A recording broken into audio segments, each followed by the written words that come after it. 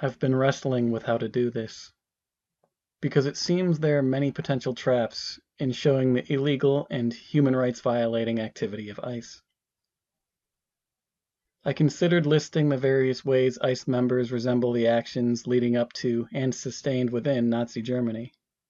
I've considered playing clips of speakers, congresspeople, and pundits, and dismantling the deception of each one, and pointing out where they incite the violation of liberties and human rights, and where they are factually incorrect in terms of the legal definitions of the words that they use. I've even considered going through a plethora of the reasons people seek asylum outside the country they were born in, to show how graphically brutal it can be, to make it obvious why seeking safety for oneself and one's family is not inherently criminal, but an act of both self-preservation and the love of family, to show why it's internationally recognized as a human right to seek asylum. I've considered showing the history of U.S. foreign policy, destabilizing and creating the kinds of conditions that people seek asylum from. I've considered going through articles of inhumane treatment ICE has perpetrated against people who did not have any due process, or any criminal conviction or warrant for arrest, nor removal order, etc. But there's a problem with all of these strategies. It would be a constant game of whack-a-mole, correcting the intentionally ignorant Carolyn Levitts of the world. Every day, it would be a years too late scavenger hunt for parts of history where white rose petals are crushed beneath Nazi boots. It would be struggling against quicksand as more and more articles come out every day claiming the dehumanizing and illegal treatment of undocumented immigrants, tourists, and even legal residents, who ICE claims their legal status was revoked. But I can't play this game of whack-a-mole.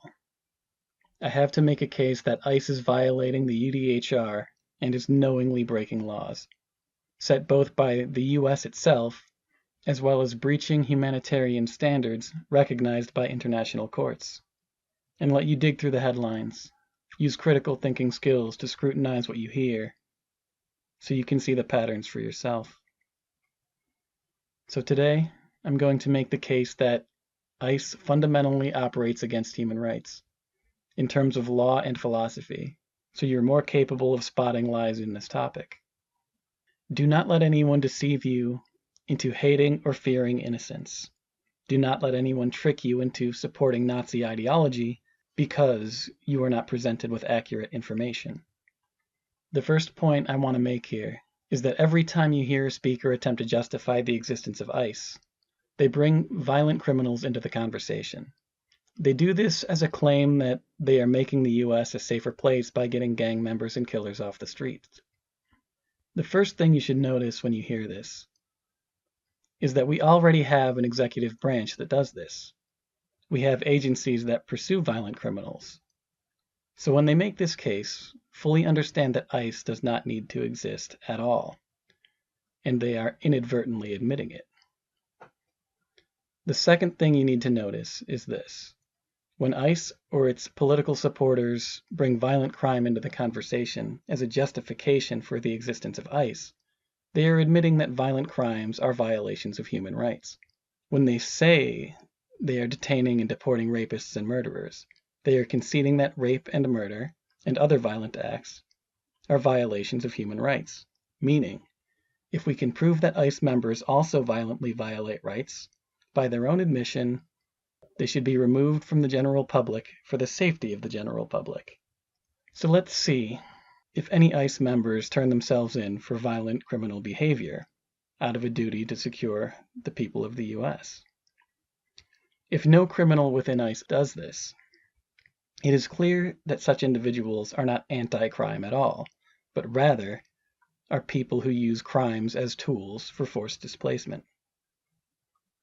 The internationally recognized rights we are going to discuss today are the right to life, Article 3 implying the others, the right to self-ownership, Article 3, 4, 5, 9, 11, the right to dignity, Article 3, 4, 5, 9, 22, 23, 24, 25, 26, the right to security of person, Article 3, 4, 5, 9, 11, 25.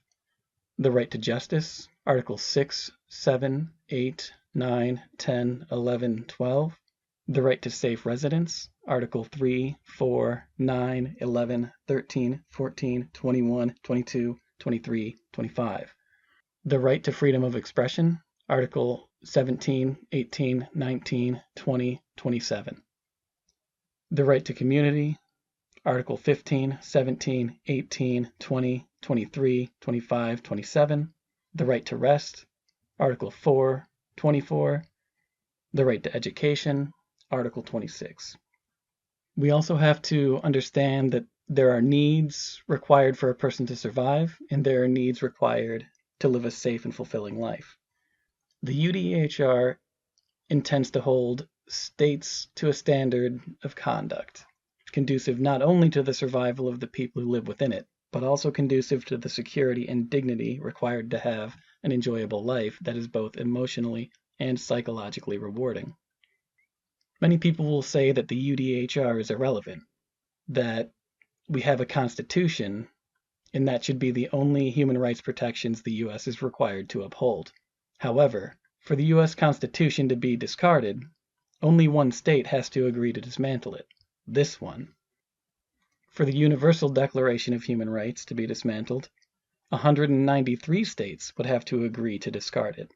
So, to hold nations to the humanitarian standards of international law is a safeguard against authoritarian regimes.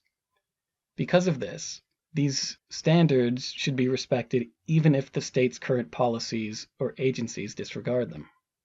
There's also a lot of confusion over what authority means. Many people say the UN has no authority. Often what they mean is that the UN does not have a global standing army to enforce these standards. And if the same agency that creates these standards could enforce them, there would be an inherent and dangerous conflict of interest. The purpose of humanitarian law is not to enforce it under the gun. It's to shift policies to reduce structural violence and bring justice to individuals and peoples whose rights have been violated. This marks to me the fundamental misunderstanding about the idea of authority. If we understand the idea, the myth, the abstraction of authority as a hierarchy of obligation to obedience, we have to ask, what does that materially mean? Because if obligation to obedience is enforced with violence, authority is nothing more than the capability to use violence against people less capable of defending themselves. If arbitrating a hierarch's whim is done with violence, it is, as the namesake suggests, authoritarianism. So if we want the concept of authority to be a nonviolent practice, what could authority be? It could be well-expressed ideas that are worthy enough of respect and by enough people that said people volunteer to contribute to the ideals. This is the spirit we should seek when federal laws seem to collide with respectable standards for how human beings should be treated. We should ask about laws, is this idea worthy of my respect and support, or is my obedience to it strictly to avoid punishment? Let's consider the concept of responsibility and power. In any situation where two parties are in conflict, with vastly different levels of power, it is the responsibility of the powerful to ensure the safety of everyone involved. Power, especially in law, should be utilized in a way that ensures the protection of human rights. When individuals who have an advantage over others choose to abuse and subjugate, it is not the fault of the party incapable of defending themselves against overwhelming power. It is the party who holds the power who has the capability to ensure peace. Therefore, the responsibility falls on them. We understand this dynamic everywhere. For example, if you're a parent who hired a babysitter and you get back home to find that your 6-year-old cut themselves with a knife, you are likely to be more upset with the 16-year-old babysitter than you are the 6-year-old. It was the 16-year-old who had the power and therefore the agency to prevent the injury from happening in the first place. The same is true when a group of armed men waylay a resident. It's clear who has the agency to prevent injury. Another aspect of this conversation is the idea of obedience as a virtue. It stands to reason that obeying in and of itself is not morally good. Rather, obedience can only be virtuous when one obeys a compassionate command. For example, if someone who is believed to have authority orders you to feed a dog, fine. But if they order you to kill the dog, different. So we see that following orders is not inherently worthy of respect unless the aims of the order are worthy of respect. Obedience is not a virtue, compassion is. When an abusive parent says, "You're good," to an abused child, what they really are saying is, "You're behaving the way I want you to." This conflates obedience and the surrender of agency with goodness. However, being agreeable to abuse is nothing to be proud of. Tragically, we are conditioned when we are young, before we have critical thinking skills, that obedience is good and entitles us to reward, and that dissent is bad and makes us deserving of punishment. We then have to unlearn these conflated ideas and see them as separate. We aren't punished for being bad. We were punished for doing and saying things our caregivers didn't like. We were not rewarded for being good. We were rewarded for behaving the way our caregivers wanted us to. Reward and punishment are not necessarily natural consequences. Oftentimes they are tactics of manipulation, or on the scale we're about to discuss, tactics of subjugation. In the same way, following laws or breaking laws is either respectable or detestable based on whether or not the law is just. That is to say, whether or not the law is in place to protect or to control. Whether the law in question exists to secure human rights or devastate them. Another reason why, in terms of deportation policies, we should consider international law as a center point is because every deportation affects more than one country. Even beyond this fact, the issue with abuses of power and crimes against deported people is the victims are no longer in the country to file complaints or seek justice against any criminal behavior of the agents. So, without the international aspect, there's a lack of checks and balances if one state gets to supersede all others in their immigration policies. Still, there are two elephants in the room: justified violence, that is, the justified use of force to prevent harm, and the difference between a lawful and an unlawful order. We'll approach them after we visit the behavior of ICE in recent months. We are going to begin with ICE public relations, the branding they project in media, and the pundits who have chosen to take on the role of manufacturing consent for the criminal behavior of ICE and its members. The common talking points, each will be followed by what it implies, as well as the legal and moral purpose of what it disregards. We touched on this in the Understanding of Human Rights section of this essay, but we'll dig in just a little deeper. Addressing the term illegal aliens. This is intentionally dehumanizing language for undocumented people to be seen as second-class citizens who deserve condemnation and punishment for not having documentation. What this implies is that there are people whose existence is criminal within our country. If people can be seen to exist criminally, they are in effect guilty until proven innocent. This idea violates the right to justice. The myth of migrant crime being rampant. This language is intentionally used to incite fear of undocumented people and garner support from those manipulated into being fearful. There is enough data on the topic which refutes this claim, but what's implied is that people of the underclass are inherently threatening. Therefore, the threshold of acceptable violence is lowered in their case. This rhetoric is intentionally separatistic. People are less likely to help other human beings if they are labeled as a threat. This kind of talking point is a divide and conquer strategy that was used in the days of chattel slavery as well as after the ratification of the 13th Amendment. The goal is for people to distance themselves from other communities, making each more prone to authoritarianism. These sentiments incite the violation of rights, as well as discourage the proletariat to protect each other. The claim that sanctuary and welcoming cities defend criminals from prosecution. This is incorrect. Sanctuary and welcoming cities enforce any criminal judicial warrant presented to them by a federal agency. The false claim that non-citizens don't have rights in the U.S. Everyone has rights regardless of immigration status.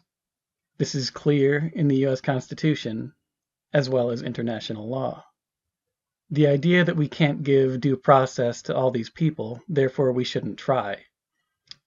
Kind of absurd that a talking point has become, if we don't have the infrastructure to ensure justice at the rate we detain people, instead of reducing the pace of these campaigns, the claimed solution is to disregard the right to justice altogether. The laughably incorrect claim that asylum seeking is an invasion. Invasion means military troops entering a nation without that nation's consent. This rhetoric, though obviously legally false, is intended to justify military action against undocumented immigrants. The false idea that someone has authority to revoke the rights of other people, referring to the Alien Enemies Act. This is used specifically to sidestep human rights, such as due process described in the right to justice detailed in the UDHR. This also is a wartime law, and has no legitimacy to be implemented outside of the context of war. Even if the Alien Enemies Act were being used lawfully, it should not be respected. The reason this act is unjust is because it is so ripe to be weaponized against any form of dissent or criticism. The simple solution for the regime to get rid of anyone they want is to label them a terrorist as a revocation of every protection in place regarding their right to justice. This is why the current regime wants to label protesters like Mahmoud Khalil as a terrorist. It's why there's been a proposal to see the people who vandalize Tesla dealerships as terrorists. It's also important to understand what the word means versus how fickly it's used. Terrorism specifically means the use of violence or threat of violence to achieve political aims. If we take this seriously, mass deportation is a political aim. Therefore, ICE itself fits the definition of terrorism. Every war is exactly that, the use or threat of violence to achieve political goals. So all military personnel are terrorists under this definition. But we understand there's a range of acceptability to violent action. We understand that gassing civilians to death is unacceptable violence. We understand that Harriet Tubman using violence to liberate people from enslavement was a heroic use of violence. So we can't reasonably use the term terrorism to its actual definition, which makes its use dangerous, because if the word can be used to stomp on the human rights of people, we need to heavily scrutinize its use every time we see it. We should not allow any word to be an acceptable means of entirely sidestepping every law in place to protect people. We also need to mention how flimsy the U.S. list of terrorist organizations is. You should see the U.S. claiming that a group of people is a terrorist organization with about as much merit as a pizza shop claiming to be the best pizza in the city. The list has nothing to do with terrorism, but rather the self-interest of the imperial core. I'm not going to be sidetracked by this point. I only bring it up because it's another attempt to justify deportations that ICE keeps using. But if you believe the U.S. has a respectable and unbiased view of terrorism, I want you to research what the U.S. did to Guatemala when Jacobo Arbenz was elected. I want you to research what the U.S. did to Venezuela in 2002 to the Chavez government. I want you to research what the U.S. did to Honduras in 2009 to the Zelaya presidency. Now ask yourself if the terrorist actions the U.S. perpetrated against them may be a contributing factor as to why people born into these countries may feel the need to escape them. One last point on the topic of terrorism. You see this label, terrorist sympathizer, as a derogatory thing. The image it's supposed to conjure is someone who just supports destruction and killing for no reason. But this is absurd, and in a few sentences I can prove to you that every human you have ever met is a terrorist sympathizer, including you. When you watched Star Wars, you understood that destroying the Death Star was justified. that the galaxy was a safer place without it.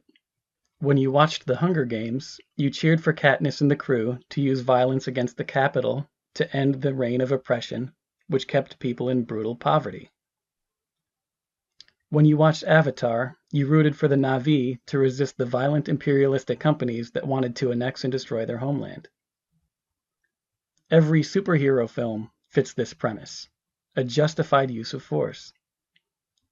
You and everyone else you or I have ever met understand that an act of violence against the right target can reduce the amount of suffering that target causes.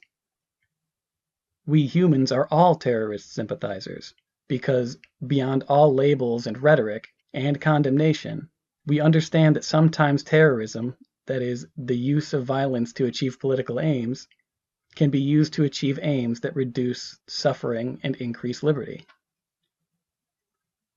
Another damning aspect to ICE branding itself as a means of reducing violence by deporting criminals is their silence on certain cases. ICE loves to pat themselves on the back in media, pointing to specific cases where they stopped immigrants who have committed violent crimes. They want this to be what people associate them with. So, when an ICE member or apologist is silent about something like, for example, refusing to parade evidence that any of the 3 planes worth of supposed Venezuelans being shipped to El Salvador, which is not in Venezuela, without any evidence or trial brought against them, I want you to understand that this is an admission of guilt. If ICE could prove that these people had violent criminal convictions, they would have used that proof as an opportunity to justify their existence and to garner more support. So, when they don't show that proof, it's because, for the vast majority of the people imprisoned, the evidence isn't there at all. Even if ICE had such proof, the proper legal way to utilize it would be in a court to prove and convict the alleged criminal of the crime. If ICE is unwilling to even attempt to prove the criminal behavior of the people they deport, it's telling that ICE not only does not have such evidence, but does not want to be held to any standard of legal conduct. But refusing due process, ICE violates the right to self-ownership, the right to dignity, the right to security of person, the right to justice, the right to safe residence, the right to community. If someone is sent to a prison without a day in court, they are not lawfully arrested, they are abducted. ICE refusing due process in its deportation campaign commits the international crime of forced displacement in a manner that is collective punishment, and the ICE members who take part knowingly commit such crimes, and should each be individually charged with all crimes associated with their criminal behavior. The crimes I understand this to be right now, though there are likely more, are as follows: 1. Unlawful arrest, 2. Abduction, 3. Assault, 4. Disturbing the peace, and whatever crime can be associated with causing undue stress to the level of psychological trauma. One last thing on ICE branding. We have to understand that there are many people who are not experts in anything but are paid to repeat rhetoric. Every news anchor is on paywall to read the teleprompter. They are not geopolitics experts. The Ben Shapiros of the world, the Carolyn Levitts, the Emily Saves Americas of the world, these people don't even necessarily agree with the words they speak. They are paid by oil companies or sponsored by health insurance companies. These people don't even care what they say. They just understand that there are people who will pay millions upon millions of dollars in a campaign to manufacture consent, and these pundits are there for the money.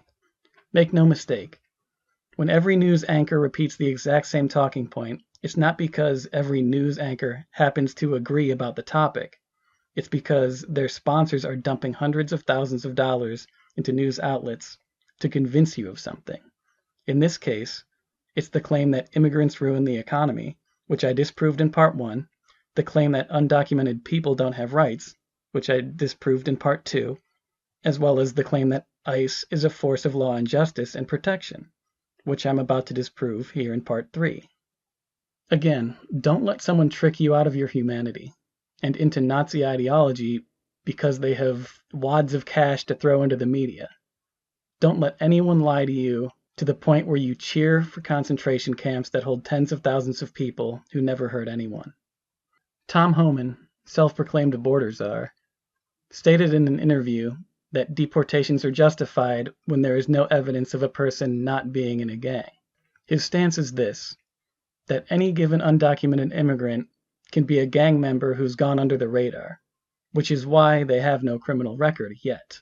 Obviously, another explanation as to why someone might not be in a criminal database is because they've never committed a crime. I'll play the clip. Criminal histories. Well, a lot of gang members don't have criminal histories. Just like a lot of terrorists in this world, they're not in any terrorist database, right? We only know the information what's in databases based on, for instance, most terrorists we arrest that are identified by the U.S. government are later identified through a Title III investigation or through an undercover operation. They're not in any terrorist screening database. We know that. A lot of gang members, I started as a cop in 1984. Many gang members don't have a criminal history. So we have a count of social media. We have a count of surveillance techniques. We had to count on sworn statements from other gang members. We had to count on, wiretaps and Title III. So everything involved with the criminal investigations come into play. So just because someone hasn't been arrested and charged with a crime yet, doesn't mean they're a member of a gang. This is not the first time self-proclaimed border czar has helped me by admitting ICE is criminal and operates in violation of human rights. He was also in this clip stating that it is more difficult to deport people who know their rights. If it's more difficult for ICE's job to be done when people assert their rights, it becomes clear that ICE's job not only intends but requires to disregard such rights. He went as far as to state that people who educate others about their rights are impeding law enforcement. But it actually does the opposite.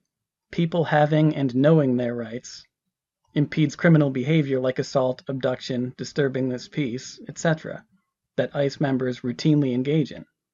I'll play the clip. Sanctuary cities are making it very difficult to arrest the criminals. For instance, Chicago, very well educated. They've been educated how to defy ICE, how to hide from ICE. And I've seen many pamphlets from many of the NGOs. Here's how you escape ICE from arresting you. Here's what you need to do. They call it know your rights. I call it how to escape arrest. There's a warrant for your arrest, and they tell you how to hide from ICE. No, don't open your door. Don't answer questions. Okay, you can call it know your rights all you want, but there's an order for their removal. They've been ordered removed by a federal judge after due process at great taxpayer expense. They need to go. But if we got to play that cat and mouse game, that's what we're going to do till every one of them gone.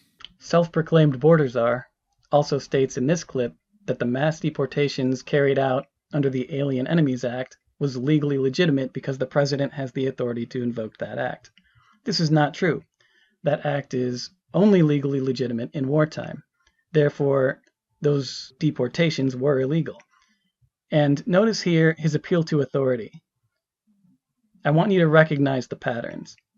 When the idea of authority prevents them from detaining people, they have a bitch fit and want to claim that courts, judges, universities, Congress, and mayors are impeding their process. ICE and ICE apologists are very selective with their stance on the idea of authority.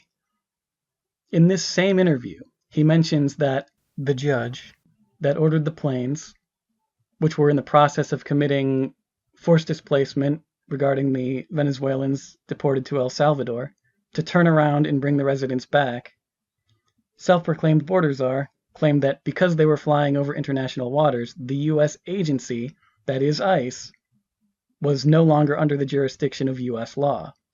So that's an interesting hypocrisy.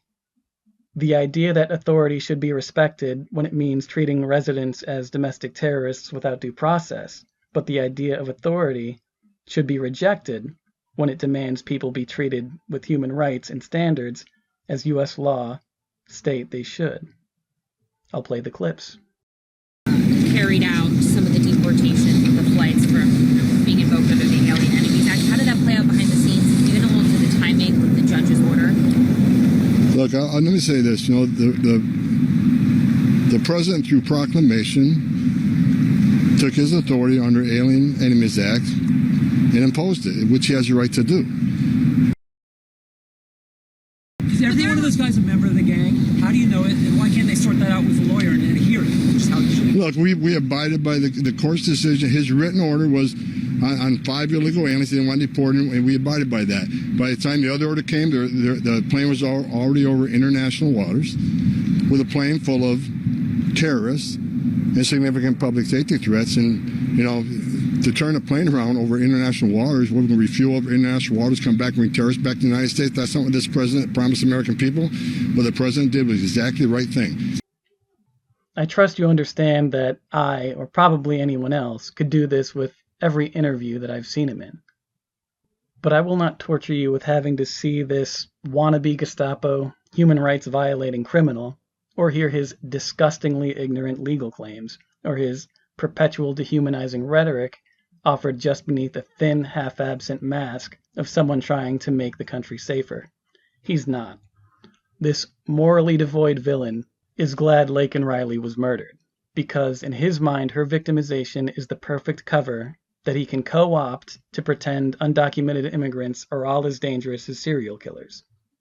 The moment someone mentions that what ICE has done today or yesterday or the day before was illegal, he can use her death as a shield to protect the illegal actions of ICE and its members. Laken should not have died. She should have been able to enjoy her right to life, self-ownership, security of person, etc. What deprived her of her life was murder. Not immigration, not asylum seeking, not unlawful presence, but murder. And the self-proclaimed border czar, using her demise to justify violent behavior against people who have never committed a violent crime, is disgusting. I wonder what the Riley family thinks of this. I wonder how they feel about their daughter's name being associated with an act that will go down as history as a key part of dehumanizing people and stripping them of any chance for justice that they could have had. Just notice that every time the illegality of ICE methods are brought up, he defaults to claiming that they are getting rapists and killers off the streets. Every interview, when he's asked about sidestepping due process, he defaults to fear-mongering. When ICE is criticized for detaining green card holders or tourists, he falls right back into the same attempt to make it sound as if trampling human rights is a lesser of two evils part of the process to remove safety threats from the country. This is telling. He isn't even pretending to argue for a better immigration system, or to establish better ways of finding and detaining only convicted criminals. He doesn't even pretend to be bothered when a tourist or legally documented resident is detained. He doesn't even acknowledge that deporting people to countries they aren't from is a crime. What's between the lines of all of this, clear as day for you to read, is that ICE does not consider wrongfully arresting and abducting people to be a problem. He can say it a million times that ICE is doing this to just target convicted criminals, but if that were true, ICE wouldn't make so many collateral arrests, more accurately abductions. It would not make so many mistakes regarding the wildly large percentage of ICE detainees who have no criminal record or are legal citizens. When ICE claims they can bypass law and humanitarian standards for the purpose of neutralizing a national security threat, but makes no effort to substantiate those claims and ignores judges that demand evidence be provided, what you have is another witch hunt without witches. Imagine how absurd it would be if you were accused of a crime and could be imprisoned in another country where you've never been without your accuser having to go to court and without even providing evidence of any crime. Yet this is the reality immigrants and protesters now face. So let's get clear, and some of this is just speculation that I think stands to reason. But plainclothes ICE agents who refuse to identify could just be black market human trafficking vigilantes who pretend to be an agent. Any person who refuses to prove whether or not they are an officer is fully intending to commit crimes in this context, especially when they are wearing masks like the DHS agents who wrongfully arrested and abducted Rumeysa Ozturk. We now know this is to shield themselves from the legal repercussions of committing crimes. No agent who behaves exactly like human traffickers should have any protected status. If an agent refuses to identify, a citizen has no reason to believe the person claiming to be ICE is telling the truth. Therefore, no order can be reasonably considered a lawful order. Additionally, a citizen is justified in defending their human rights under self-defense law, even up to the point of using lethal force if necessary. You, as a human being, have no legal obligation to forfeit your self-ownership to people who claim to be agents. Anyone can claim to be an agent. Additionally, even if you resist the unlawful practices of plainclothes vigilantes, and they turn out to be agents, this doesn't change the reality that you have no way of knowing that's the case. And I'll tell you why that almost doesn't matter. There's no way to know that they would have followed any law the agency is supposed to be held to. Since they are already breaking laws, they are setting a precedent that they can do whatever they want. The most profitable crime they could commit as vigilantes is human trafficking. And I think it stands to reason that many people who obey plainclothes agents who refuse to identify will be trafficked. Just because they are agents doesn't mean they can't also be a part of the slave trade. In fact, if you wanted to be a slave trader in the US, the best career you could have would be an ICE agent. There are going to be people who disagree with this, but your right to life, liberty, security of person, etc. is not based on anyone's approval of your self-defense. The people who disagree will claim that if they are proven to be agents after the fact, then people they target should have obeyed them. But I want anyone who is thinking along these lines to hear me now, so you know how stupid that sounds to me. So, if you are listening to this and disagree with this paragraph, imagine this. Let's say I steal your dog, you catch me in the act, point me out and call me a dog thief. Imagine my response is, I can't be a dog thief. I'm a data entry specialist. Do you hear that? Obviously, what payroll someone is on does not mean their crimes aren't criminal. Someone's profession is separate from their behavior. If you see a person with no signed judicial warrant, with the name of the person they want to detain written on it, no badge, no uniform, who refuses to identify, and who takes someone against their will into an unmarked vehicle, they are a human trafficker and should be treated as such. I would argue that ICE doing this is intended to incite fear, so that any undocumented person lives in a state of trauma with an understanding that everywhere they go, the people in plain clothes could be a potential threat to their right to life, liberty, security of person, etc.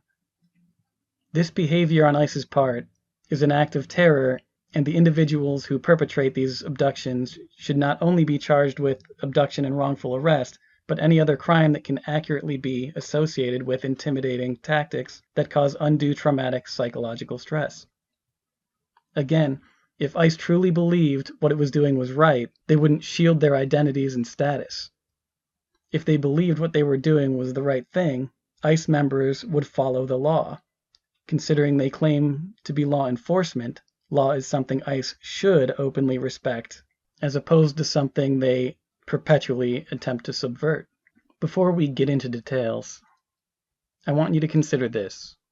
If the Alien Enemies Act can be used against residents, is that not an act of war against the residents? I want you to think about that. If the regime you live under uses wartime law against people who live within the country, what does that logically mean? Consider what this implies. I encourage you to dwell on this question. You'll know my thoughts when we get to a later section of this essay another day. But please, really sit with what it means if your government is using wartime laws to justify acts only considered legally admissible in the context of war, against people who live here. In the details that follow, know that I am not going to play whack-a-mole with individual cases where ICE broke laws. I don't have the time to call out every crime ICE and its members commit. I am going to point you to a few specific cases, list what human rights are violated as I understand them, and if you want to open the Pandora's box of more cases, that's your choice. In an article titled, ICE Came for a Tennessee Town's Immigrants and the Town Fought Back by Miriam Jordan. The article details that ICE entered a meatpacking plant by surrounding all exits and detaining every person who looked Latino. This was done without any judicial warrant for any individuals, which violates the Fourth Amendment and the right to justice. Since these abductions were conducted through racial profiling, ICE members may be liable for hate crimes on the micro scale, and on the macro scale, ICE's mass forced displacement has elements of ethnic cleansing. The rights individually violated were right to security of person, right to safe residence, right to community, and right to dignity, and right to justice. The town found itself in a situation where it had to convert schools and churches into crisis centers, where donations were distributed and children were consoled, while many of the detainees were slowly released as they proved their citizenship. Though the community at large was uncertain of which children would lose parents to deportation, the night went on and more people who were wrongfully arrested were released. But a slew of families were ripped apart. It begs the question, what is more harmful, living without citizenship or devastating communities and families? In cases like this, I want you to ask yourself who is targeted. Aside from the racial aspect of this strategy, it is not targeting convicted criminals, it's targeting workers. This is entirely against the narrative ICE has perpetuated about only going after public safety threats. In an article titled, "The Evil at Your Door," Timothy Snyder details just how problematic the recent situation, where ICE deported hundreds in defiance of a court order, is. He breaks down how aligned this spectacle was to regimes of the past, who used dehumanizing language like criminal, monster, or terrorist to grant the executive branch a level of power that makes it unaccountable to the legislative powers. In an article titled, "Outsourcing Cruelty, Immigrants Sent to El Salvador's Prisons Likely to Face Human Rights Abuses," Austin Coker explains country conditions reports and then reveals what such reports have found in El Salvador, which are the following issues: arbitrary killings, disappearance, which is unlawful arrests and abductions that are not recorded and no effort is made to notify the families of the disappeared person, arbitrary arrests as well as political arrests, unsanitary prison conditions leading to preventable deaths, water shortages in prisons, and inadequate medical services in prisons leading to preventable deaths. Additionally, the reports found attacks on journalists and free speech in general, even to the point of censoring online content. Of all the countries the U.S. could spend $6 million of U.S. tax dollars per year to outsource prison to another country, why would the U.S. regime choose this one? Keep in mind that ICE can't actually know if the people they forcibly displaced were even gang members at all. It's not like gangs have a roll call sign-up sheet with everyone's name on it. These people were never given an opportunity to fight the accusation in court. And I want you to understand why. If ICE had proof that the few hundred people were gang members, they'd have proven it. Since they cannot prove it, they wanted to deport as many people as possible before the courts could intervene, since if this went to court, the vast majority of those forcibly displaced people would have been found innocent of the accusation. But we don't have to look to another country to find human rights violating conditions in detention centers. In an article titled, "Immigrant Women Describe Hell on Earth in ICE Detention Center," Lauren Villegren reveals that at the Chrome North Processing Center, women who were detained and later not found to have any criminal record stated that they were treated like animals, placed in overcrowded holding and expected to urinate on the floor instead of having access to toilets. Many slept on concrete because there were roughly 5,000 more detainees than the maximum capacity the facility could hold. This description is very similar to the concentration camps of the 1940s. But these conditions aren't the only human rights violations that take place within ICE facilities. In an article titled, "ICE Detention Center Says It's Not Responsible for Staff Sexual Abuse of Detainees," Victoria Lopez sheds light on the case ED vs. Sharkey, wherein the court found an ICE agent guilty of sexual abuse, coercion, and threats against the asylum seeker. Between 2012 and 2018, there were 1,448 allegations of sexual abuse filed against ICE agents. Keep in mind that sexual assault is one of the most underreported crimes. Keep in mind that undocumented immigrants report crimes less often than documented citizens, since to hold someone accountable in court would reveal their immigration status. Keep in mind that people often don't report the crimes committed against them when it seems futile for them to achieve justice or if they can't afford to achieve justice.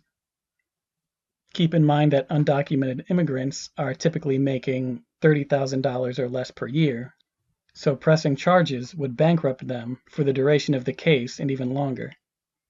This is one of those perfect storms of conditions that brings to mind the adage, for every rat you see, there are 50 you don't. The truth is, we have no clue how many human beings have been subjected to sexual assault in ICE custody. In an article titled, ICE Seeks Permission to Destroy Records of Sexual Assault and Deaths, Georgia Rivas detailed the 2017 ICE request for the National Archives and Records Administration to allow the destruction of records, including incidents of sexual abuse, assault, deaths, and other violations of people in ICE custody. The NARA gave permissions to do this.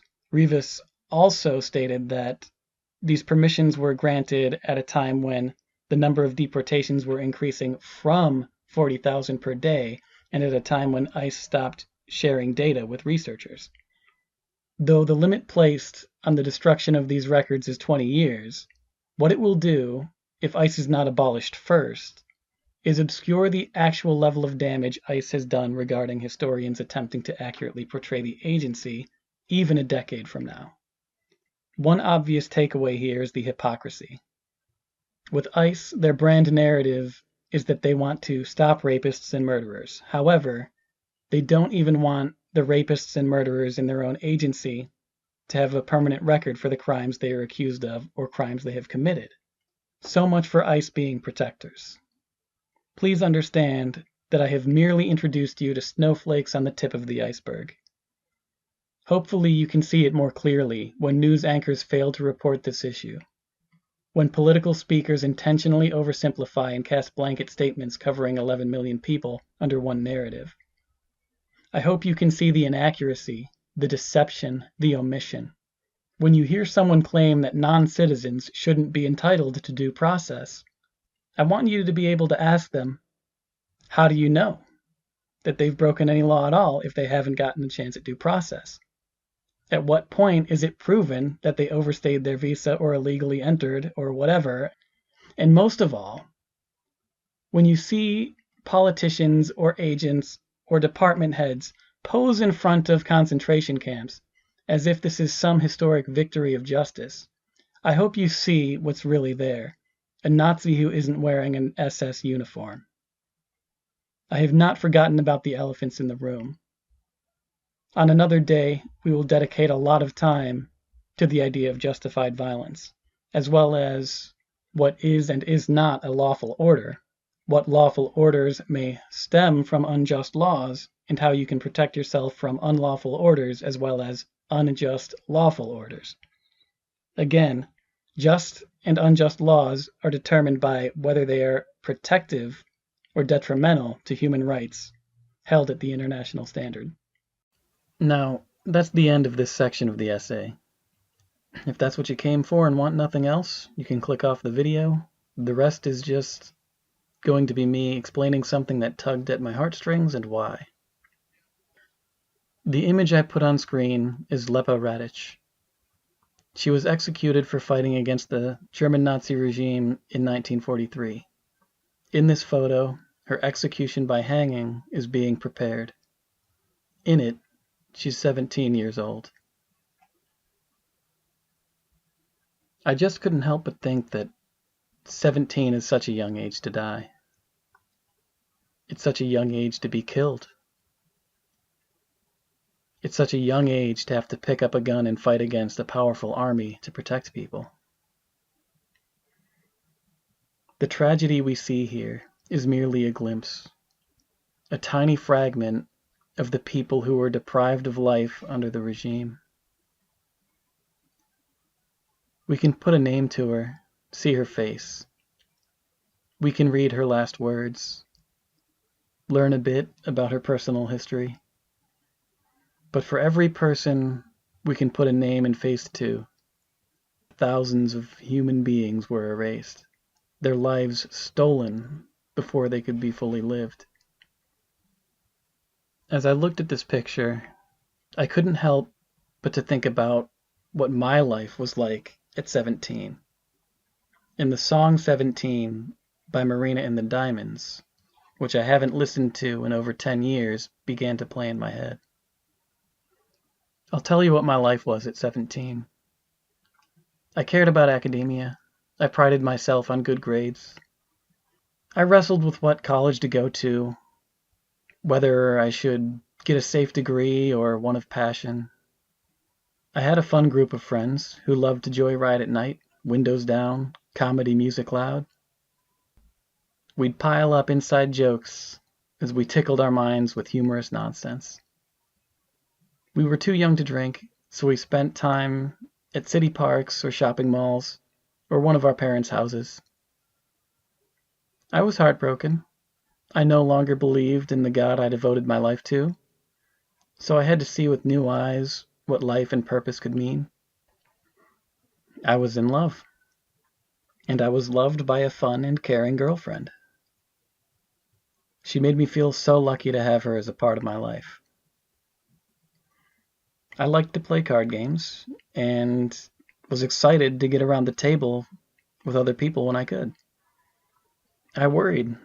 I worried about whether I'd ever be a successful illustrator, if I'd ever be an author, if I'd ever get to travel the world. And when I spent my alone time, it was either immersed in art or video games for hours at a time. This is what 17 looked like for me. What was 17 like for you?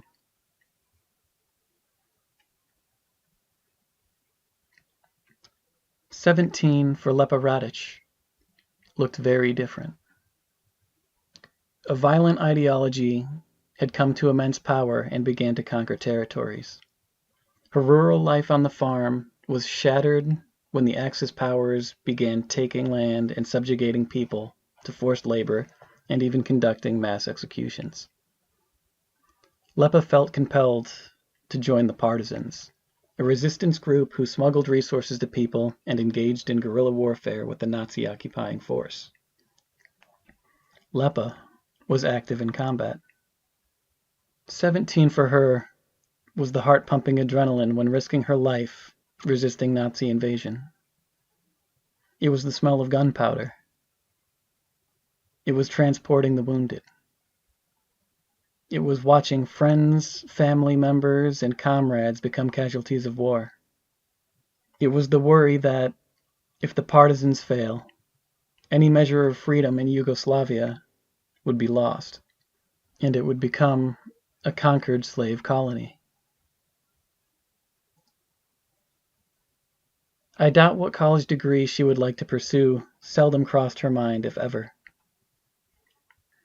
It was so appropriate for Marina Diamandis' voice ringing in my head as I was lost in thought. Because all those years ago, when I played that song regularly, the part of the song that resonated most to me in a sad tone was this: I never felt like a princess. I used to kid myself in this dress as if it's just how things were meant to be. What's always hit hard about that line is the disillusionment and the sadness of considering that not having a life rich with opportunity, glitz, authenticity, and resources is intended to be barred from her. There's a confession in that last clause that she could never truly accept that this is just how things were meant to be. And this, in terms of my understanding of human cruelty, is always how I felt when people tried to tell me that this is just how things were meant to be, that God's plan involves this cruelty, that cruelty is human nature, that societal changes to prevent cruelty happen slowly, that it's all normal, that I should just accept the behavior of militaries, that I should just accept not everyone will get enough to eat, that I should just accept that some people will freeze to death on the streets because they're homeless. that this is just how things were meant to be. But I cannot accept it. My heart never could accept it. My mind has obsessed over better alternatives to the cruelty that's in place here. And all these years later, I feel the same sadness. Because I know that things could be better. I know that this is not just how things were meant to be. A better world is possible.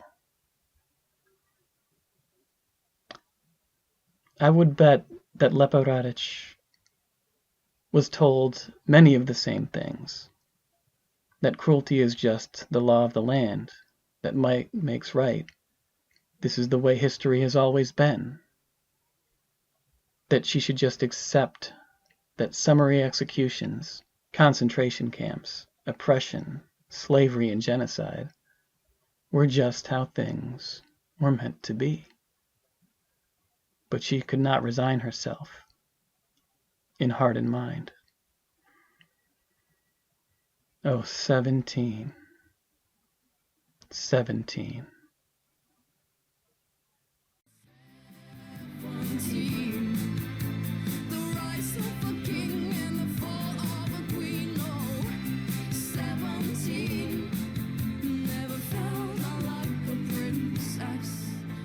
To get myself in this stress that it was just how things were meant to be. Oh, say